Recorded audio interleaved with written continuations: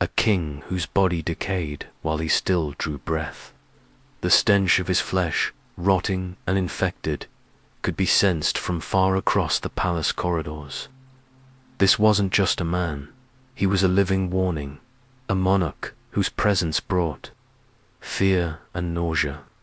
He turned love into a weapon, marriage into a sentence, and the Tower of London into the darkest place in England. This is not the tale of the jolly, overweight king many remember. This is the true story of Henry VIII, a tale far more disturbing than you were ever taught. What you're about to hear may make your nightmares seem tame to the world. He's often remembered as the larger-than-life ruler who couldn't stay married. But that image is a mask, a soft echo of a far crueler reality. Beneath the crown was a man twisted by fear, brutality, and a slow, living decay. This was a king so consumed by suspicion that he slept with loaded weapons near his bed.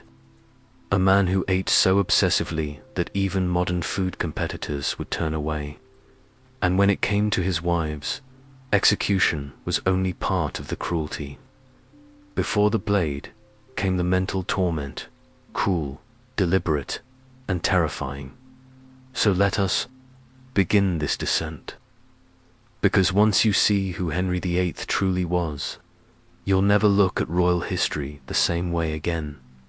By the final decade of his reign, Henry was no longer just a king.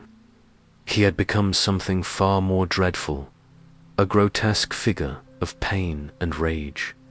He wasn't simply overweight or unwell. He was a man whose body had begun to fall apart in real time, before the eyes of his court. The turning point came in 1536. During a jousting match at Greenwich Palace, Henry was thrown from his horse and struck unconscious. For 2 hours he lay still. Many believed him to be dead. And though he eventually awoke, he was never the same again. Those who knew him best noticed the shift almost immediately. Where once stood a charming and athletic king, now remained someone short-tempered, paranoid, and violent. But what happened to his body was even worse. That accident left him with deep leg wounds, wounds that never closed.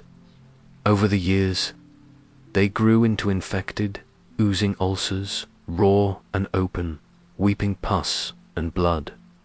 Even in a time when disease and foul odors were common, Henry's condition was beyond imagination. The stench was so powerful it could be detected from multiple rooms away. Servants would gag as they approached. Some vomited outright. Even his royal doctors, who risked treason by refusing him, began avoiding his chambers. His body grew, heavier, grotesquely so. By the end, he weighed nearly 400 pounds. His waist was wider than most men are tall, over 54 inches. His face swelled with fat, his eyes reduced to narrow slits. His neck vanished beneath the weight, leaving his head to sit like a swollen balloon on sloping shoulders. Henry could no longer walk on his own. He had to be moved with special chairs, built with wheels and pulleys, machines powered by his exhausted servants. But worse than that, his very flesh had begun to fall away. As they moved him, chunks of infected skin would detach from his legs, landing on the floor behind him, and behind every movement followed another group, attendants with cloths, buckets, and sickened expressions, forced to collect the remains of their disintegrating king. It wasn't just disgusting. It was deeply disturbing. For those who served him, life became unbearable. Some left their posts in horror, unwilling to clean up pieces of their monarch day after day. Those who remained were haunted, not just by what they saw, but by what they smelled, what they heard, and what they feared might happen if they failed him. The royal court, once a place of grandeur, had become a place of dread. To be summoned by the king was no longer an honor. It was a test of courage, and perhaps survival. Yet the rot in Henry's legs was only a reflection of something even more terrifying. What had begun to rot inside his mind, that jousting accident, didn't just damage his body, it injured his brain. Modern experts now believe Henry may have suffered a traumatic brain injury, one that stripped away empathy, logic, and control. The change was dramatic. The man who once wrote poetry and love letters became someone capable of horrifying acts. He ordered deaths, not for justice, but for fear, jealousy, and imagined betrayal. He forced innocent people to watch their loved ones executed, then, followed with their own death. He seemed to take a grim pleasure in watching others break before the axe ever fell. And the suffering didn't stop there. Henry's physical condition continued to deteriorate. The ulcers refused to heal. His weight continued to rise. He may have suffered from Cushing syndrome, which could explain his constant pain, extreme swelling, and wild mood swings. He likely developed diabetes, further infecting his wounds, worsening his agony. In the end, he could barely control his own body. Special, portable toilets followed him wherever he went, as he often couldn't reach a bathroom in time. This was the man who once demanded loyalty, feared by all, now soiled, immobile, and collapsing. Yet through it all, he still demanded absolute obedience, still ordered executions for the smallest signs of disrespect. And then there were his wives. Everyone knows the rhyme: divorced, beheaded, died. Divorced, beheaded, survived. But that nursery phrase hides something far darker. Henry's cruelty toward the women he married wasn't limited to death.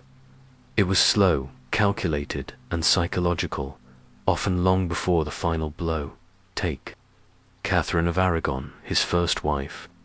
She endured not only divorce, but years of emotional warfare. When Henry wanted to marry Anne Boleyn, he didn't simply end the marriage. He declared their entire union invalid, calling Catherine's decades of loyalty sinful and illegitimate. But he didn't stop there.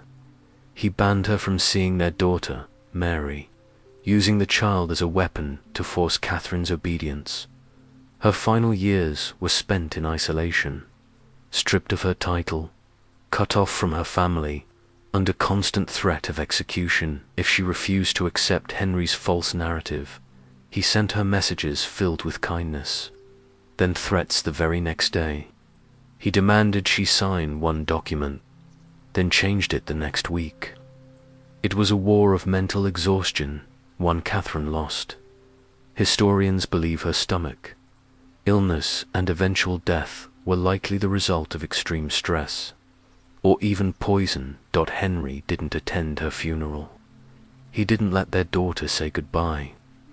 Catherine's final letters to him, filled with love and begging for mercy, went unanswered. But perhaps no story reveals Henry's sadism more than what he did to Anne Boleyn.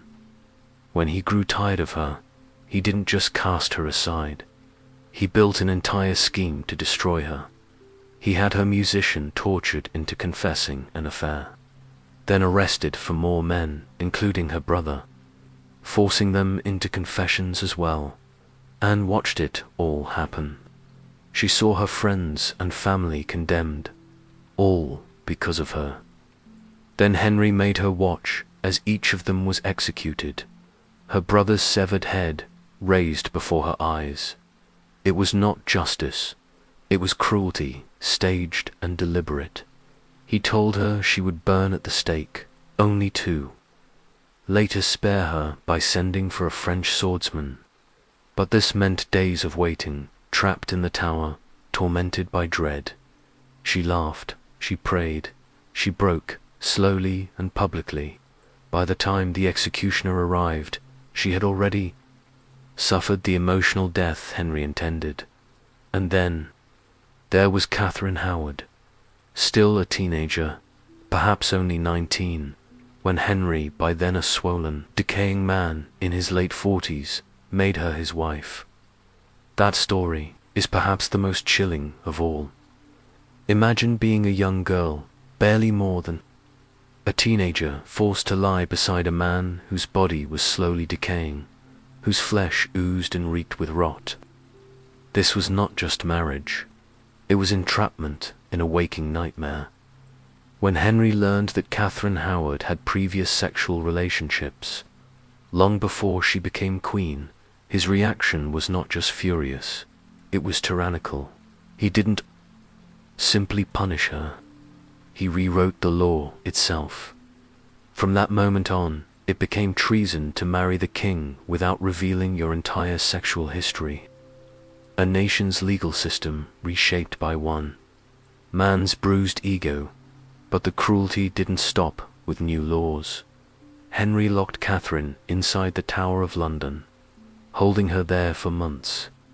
During that time, he sent her alternating messages, one day promising mercy if she confessed, the next detailing the precise horrors of her upcoming execution.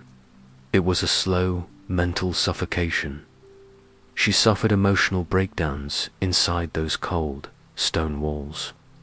Guards reported that she would sit in eerie silence for hours, only to suddenly erupt in screams that echoed through the tower. By the time she was led to the scaffold, she no longer looked like the girl Henry had married. Stress and fear had aged her beyond her years. Jane Seymour is often called the lucky wife, the one who died naturally. But her story too reveals the darkness in Henry's heart. Jane died after giving birth to Henry's only male heir, Edward, and though he claimed to mourn her, his actions told a colder truth. Just 9 days after her funeral, Henry was already arranging his next marriage. To him, Jane was never a person, only a vessel for a son. During her labor, she suffered for over 30 hours in agony. Yet the royal doctors were ordered to prioritize the baby's survival. There are records suggesting Henry himself commanded that Edward's life be valued over hers, reducing his wife to a disposable object for dynasty. Then came Anne of Cleves, the wife who survived. Yes, but not without a price.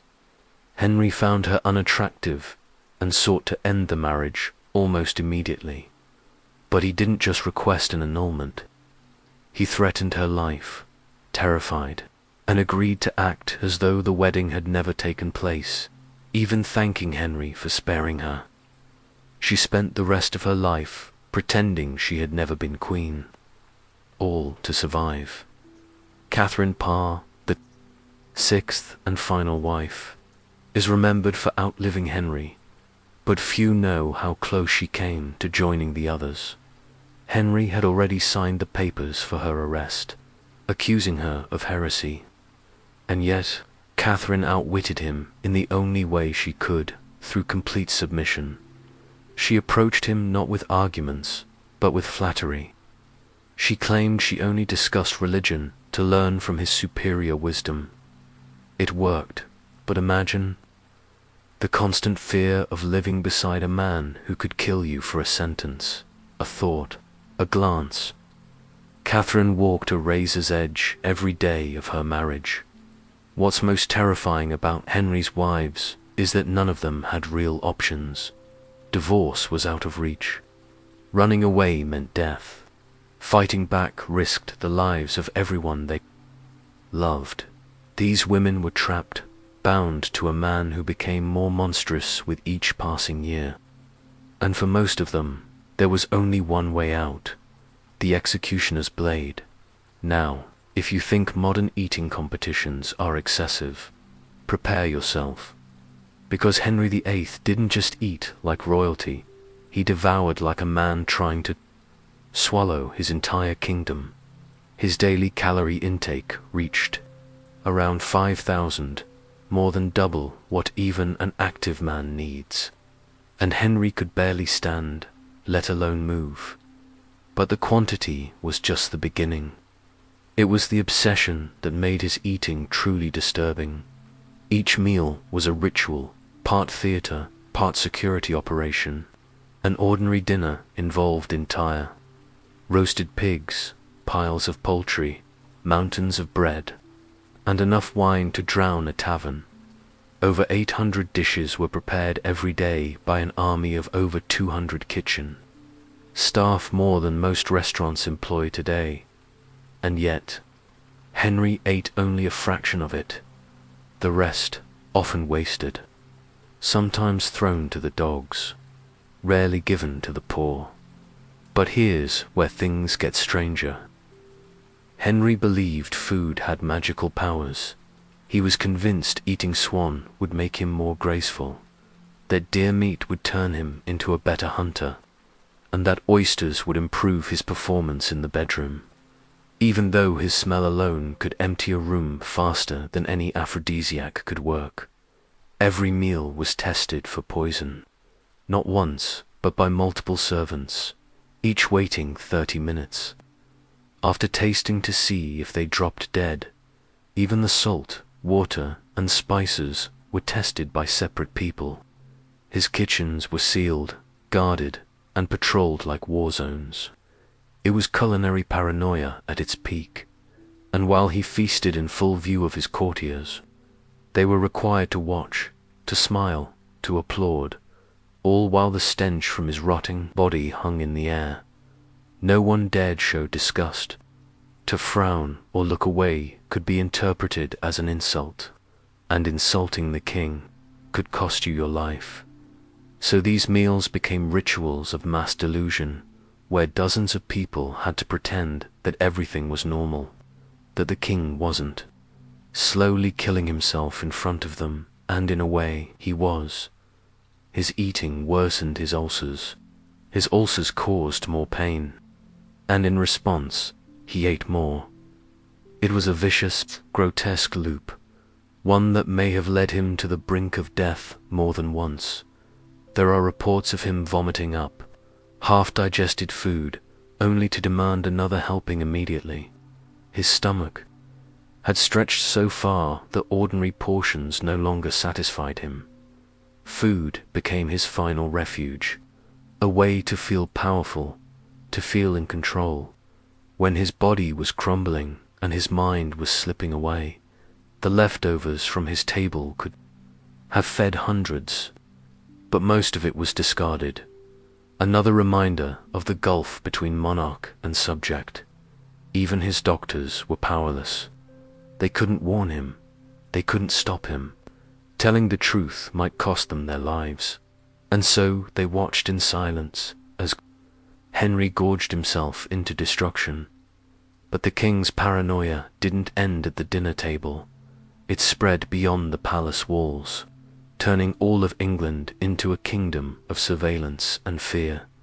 By the time Henry VIII reached the final years of his life, he was no longer just a king. He was a prisoner inside his own fear. He believed everyone, even his own children, were plotting to kill him. And so he turned royal life into a living nightmare. Even his bedroom became a battlefield. Henry slept with loaded crossbows beside him and knives under his pillow. But that wasn't enough. He placed armed guards inside his chamber to watch him sleep, and those guards, they were watched by other guards. No one stayed too long. Shifts were rotated constantly. Henry believed that the longer someone stayed near him, the more likely they were to stab him in his sleep. The entire palace turned into a fortress of paranoia. Secret passages ran through the walls, not for escape from war, but escape from imaginary assassins that haunted Henry's mind. He even built peepholes in the walls, so he could spy on his own staff. He hid listening devices in rooms, hoping to catch whispers of treason. But the darkest part, he created a spy network so twisted that he had spies spying on other spies. No one knew who to trust. Not friends, not family, not even your own servant. Children were told to report on their parents. Wives were rewarded for betraying their husbands. Henry had created a world where loyalty was dangerous and silence could mean survival. Even his daughters, Mary and Elizabeth, were treated like enemy agents. He ordered spies to follow them, convinced they were plotting against him. They were. Still children, but Henry saw them as threats to his throne. In his twisted mind, love didn't exist, only power and fear. Each marriage turned into a trap. He tested his wives with fake stories, false reports, and secret surveillance. He pretended to be ill just to see if they'd secretly celebrate his death. The wives weren't partners. They were suspects in a one-man investigation, and worse, Henry began executing people for crimes they hadn't even committed. He had a man killed simply because he dreamed that man might betray him. His name was the Marquis of Exeter, AA. Loyal noble, slaughtered because of a vision Henry had in his sleep. By now, everyone lived in terror. Loyalty no longer mattered. Truth didn't matter. Fear was the only rule. Nobles spied on each other for imaginary rewards. Servants betrayed their masters just to survive, and every word spoken in the palace could be your last. Henry's paranoia didn't make him safer. It made him more vulnerable. The more he feared betrayal, the more he created it, the more he punished suspicion, the more people learned to hide it better. By the end, Henry VIII was no longer a king. He was a lonely, broken tyrant, surrounded by people who smiled to his face and prayed for his death. But death didn't bring peace. It brought horror. Henry's final days were worse than any nightmare. His body had grown so massive, he couldn't walk, he couldn't stand. He was hauled around like a piece of furniture. But the real terror was what followed him. His own rotting flesh. His leg wounds had become so infected that chunks of decaying meat would fall off as servants moved him. Behind him, others followed, carrying buckets and rags to clean up his body as it crumbled. The stench was unbearable. Even his doctors, trained to handle death, vomited from the smell. Some said you could smell the king from several rooms away, and when you entered his presence, you held a perfumed cloth to your nose, or risked losing your lunch. Witnesses described his body as shiny and stretched, bloated from disease and trapped fluids, looking less like a man and more like a rotting beast.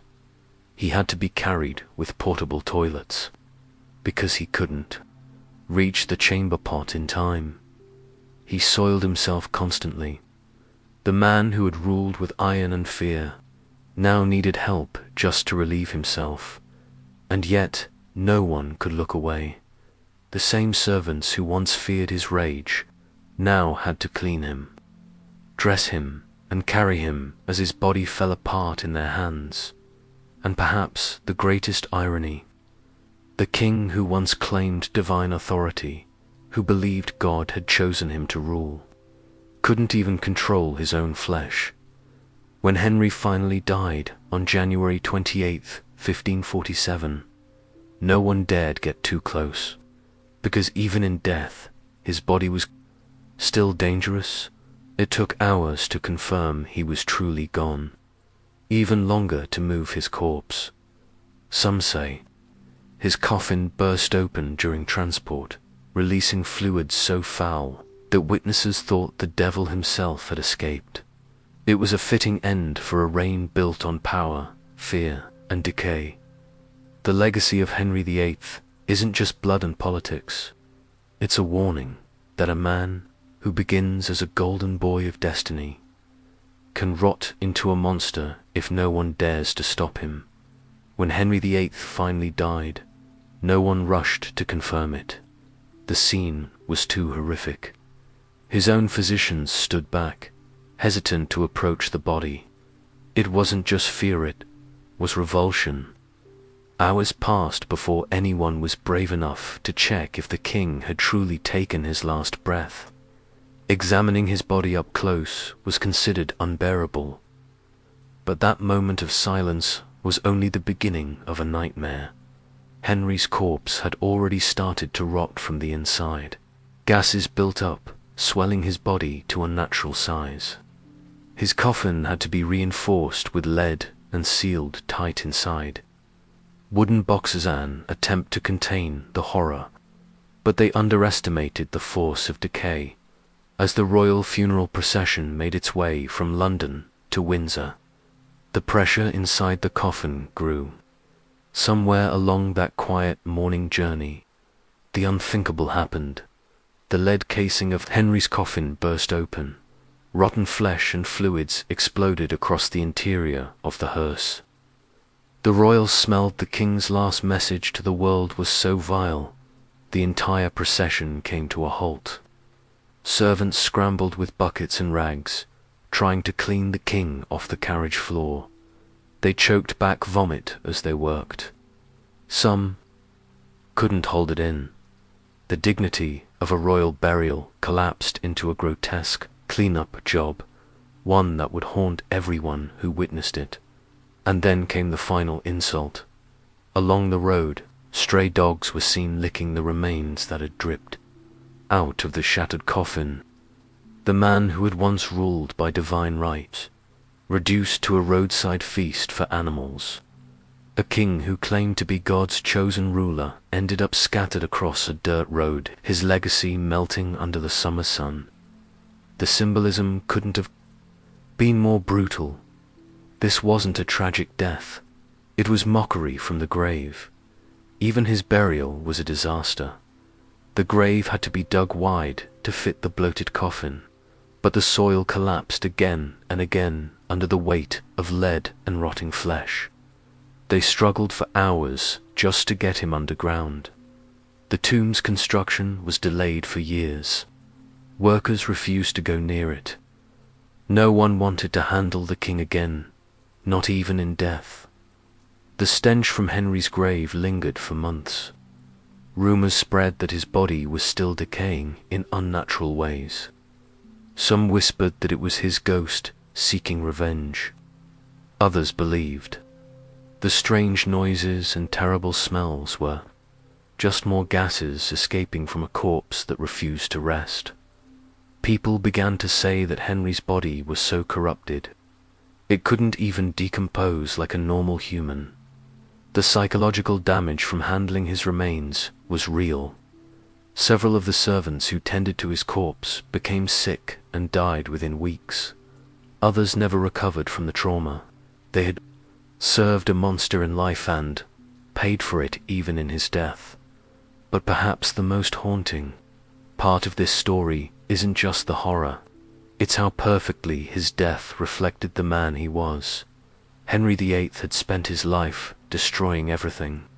Around him wives, friends, nobles, even his own children's sense of safety. He ruled through fear, suspicion, and violence. And in the end, his death carried the same weight, chaos, disgust, and psychological scars. The explosion of his coffin became a symbol. It captured the truth of his reign better than any official portrait or royal decree ever could. Here was a man who consumed endlessly power, wealth, food, people, and in death, he quite literally burst from the excesses of his own life. Even the grave couldn't hold him. Henry's body, swollen with rot and filth, mirrored the state of his soul. The corruption wasn't just physical, it was spiritual, emotional, generational. And England would spend decades, maybe centuries, trying to clean up the mess. His surviving daughter, Mary, carried those wounds into her own reign. She had watched her father destroy her mother, Catherine of Aragon. She had grown up fearing execution at any moment. When she finally came to power, her vengeance was swift and bloody. Her war against Protestantism earned her the name Bloody Mary. But that rage, that darkness, it was born in Henry's shadow. Elizabeth, too, was scarred. She saw her mother, Anne Boleyn, executed when she was just a toddler. Her status changed constantly, sometimes a princess, sometimes a bastard, depending on Henry's mood. That uncertainty shaped her. Elizabeth never married. Some believe it was because she had learned what power did to women in her family. She ruled with caution, intelligence, but always from behind a wall of mistrust. The damage wasn't limited to his children. Henry's paranoia had wiped out entire noble families. Loyal bloodlines, men and women who had served the crown for generations, were destroyed because he thought they might betray him. In their place, opportunists rose, people who learned that betrayal was the surest path to favor. The English aristocracy would never recover. The traditions were broken. The roots of noble honor had been torn out, replaced by fear and false loyalty. The religious chaos he unleashed was even worse. Henry didn't break from the Catholic Church because of deep belief. He did it so he could divorce Catherine. That single, selfish decision caused centuries of bloodshed. Protestants and Catholics would go on to kill each other in his name for decades. Thousands would die because a king wanted a new wife. And worst of all, Henry rewrote the rules of monarchy. He showed that a king could change laws at will, that nobles could be killed without trial, that religion could be bent to personal desire. He created a blueprint for absolute power. Future monarchs didn't see him as a warning. They saw him as a model. Even after his death, his influence remained like a stain that wouldn't wash out. The money he wasted left England on the brink of collapse. Palaces, food, wars, it had all drained the royal treasury. The country struggled with debt for years. The man who called himself England's greatest king had nearly bankrupted the realm. But above all, his reign left deep psychological wounds. He turned England into a kingdom of fear. Spies were everywhere. No one spoke freely. Friendships collapsed. Families betrayed each other just to survive.